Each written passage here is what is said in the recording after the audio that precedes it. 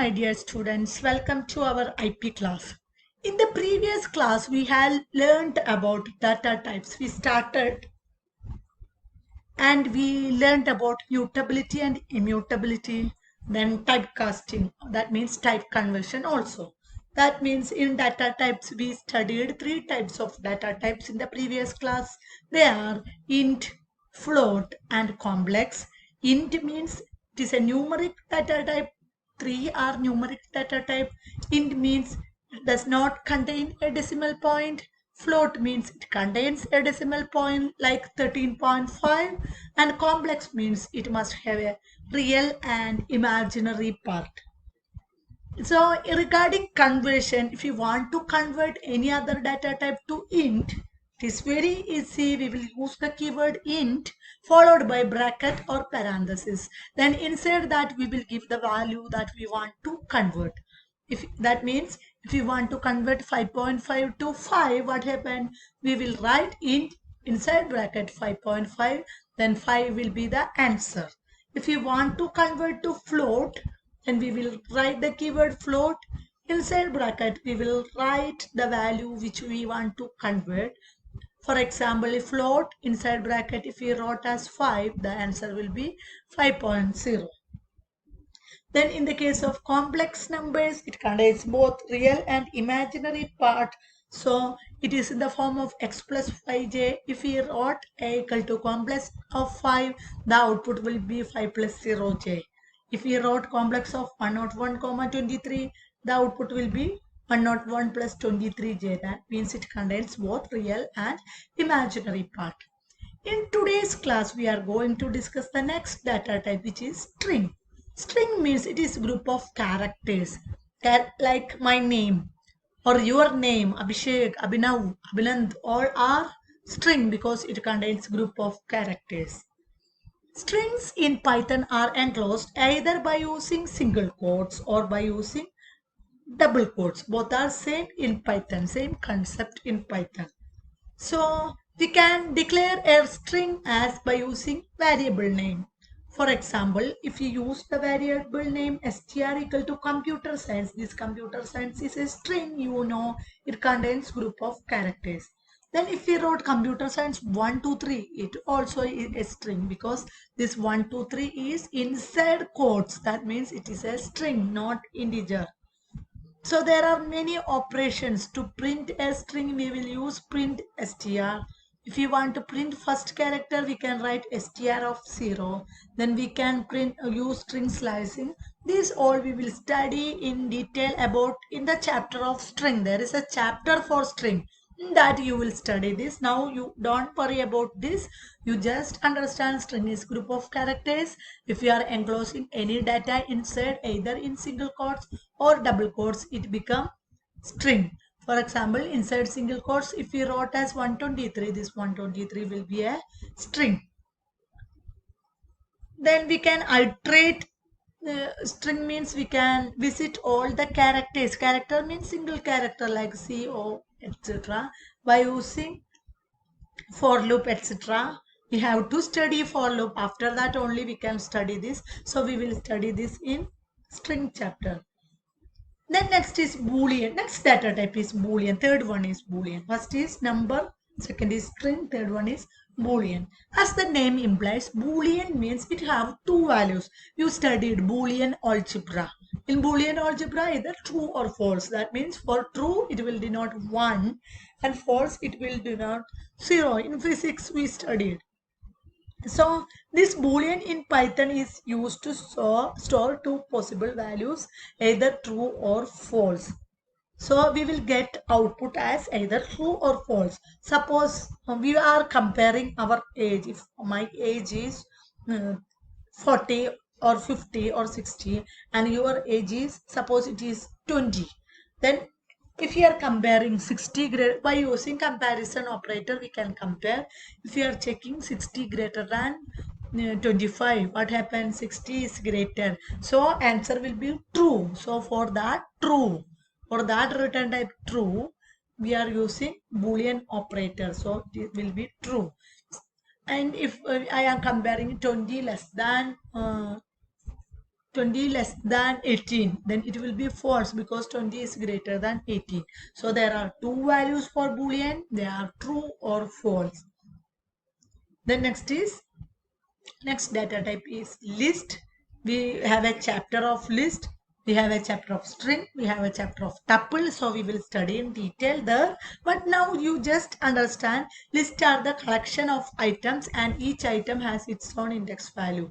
That means in list we will use square bracket. Inside square bracket, suppose we wrote as 1, 2, 3. It is a list. I equal to square bracket of 1, 2, 3 denotes it is a list. Next is tuple. Tuple also group of characters, but not group of characters, group of items. But in list we are using square bracket, but in tuple we are using parenthesis. And one difference is also that tuple is immutable and list is mutable. Mutability, we already studied mutability means we can change the value in the memory location. That means it is mutable. If we cannot change the value in the memory location, then it is immutable. So this is the example for list. We are using a variable name equal sign then square bracket. Inside square bracket we are giving the value. Example for tuple is we are using the variable name tuple. Inside parenthesis we are giving value. So that is tuple. We will study detail. Just understand tuple and list both are group of it contains collection of items. Both list and tuple are collection of items. List are enclosed in square bracket like a equal to square bracket of 1, 2, 3. And then tuple are enclosed in parenthesis. That is tuple equal to parenthesis of 66, 99 and so on. So list is mutable and tuple is immutable. That means in list we can change the value in the memory location, but in tuple it is not possible to change the value in the memory location. Next is set. Set also in another chapter.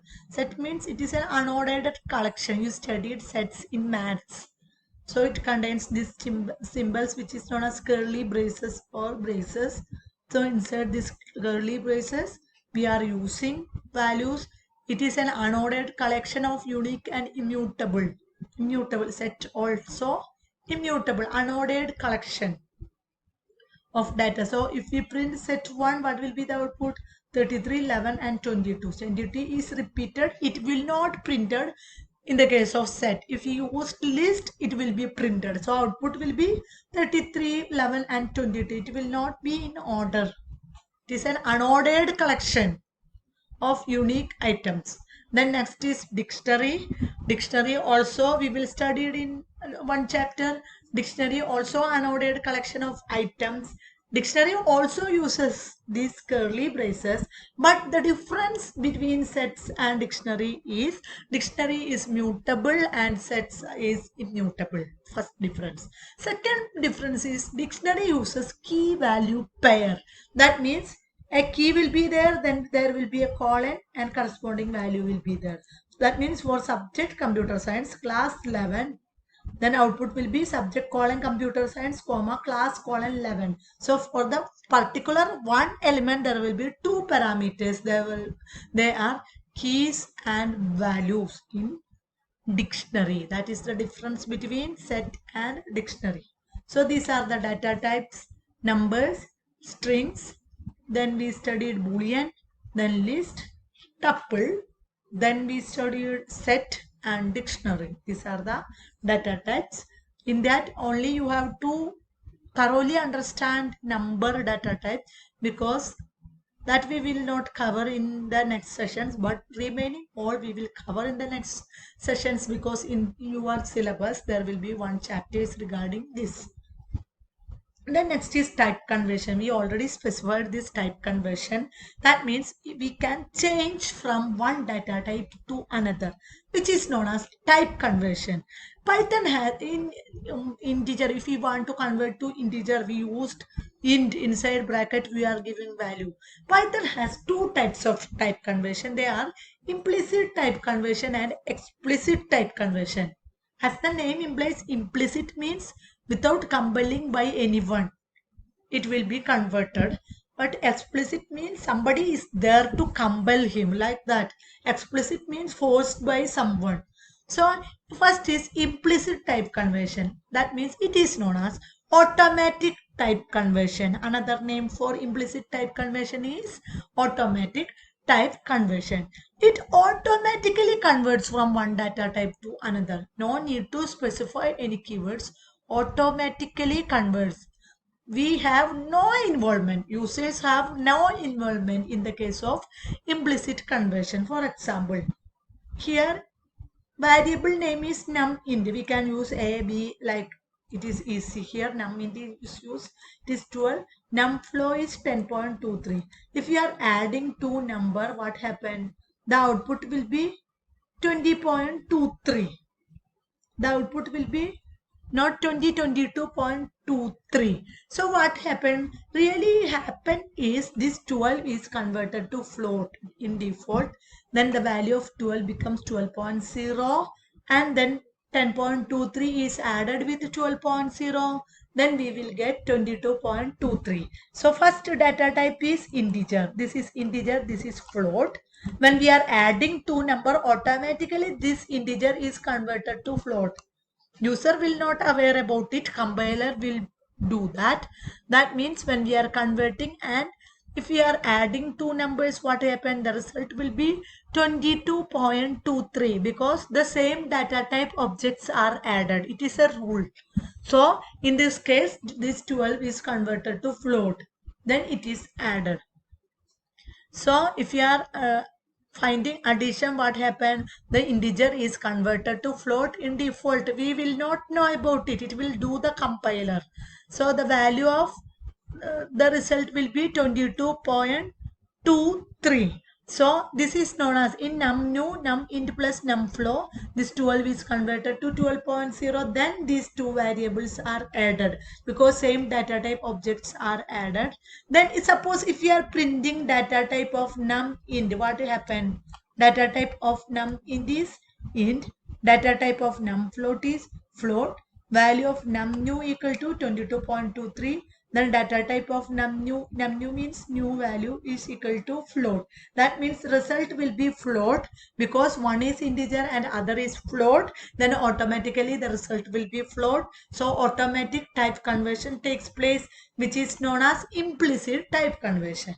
Explicit type conversion we already studied before. That means we are doing some conversion operation by using data type name. Like suppose we are here numInt equal to 12, numString equal to 45. We can convert this 45 to integer by using int of numString. This statement converts the string to integer explicitly. We are doing this. We are giving the keyword int to convert this 45 to integer.